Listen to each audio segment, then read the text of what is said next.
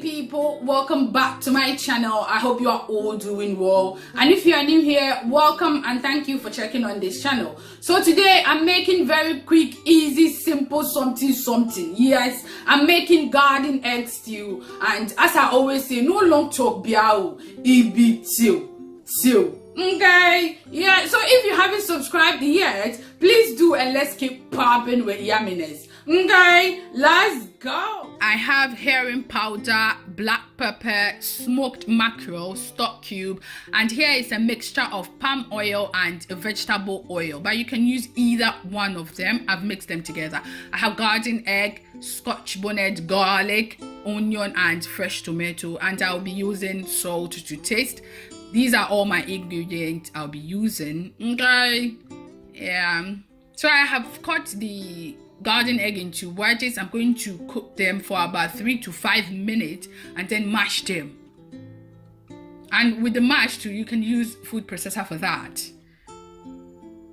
Yeah, so I will leave it to cook for about 3 to 5 minutes. I have my pan on medium heat. I'm going to add the mixation of my oil to it. That is palm oil and vegetable oil. I'm adding my sliced onion and garlic.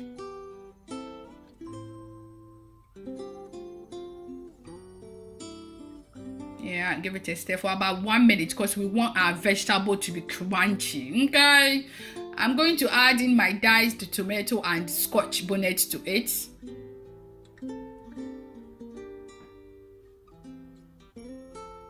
Give it a stir, and then I'm going to add my stock cube, and then add the herring powder and the black pepper.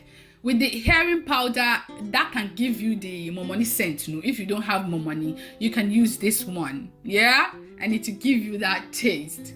Yeah, so I'm going to add salt to taste and my smoked mackerel to it. I'll stir it. And then here I'm adding my garden egg stew. I've mashed it. As I said, you can use food processor for that.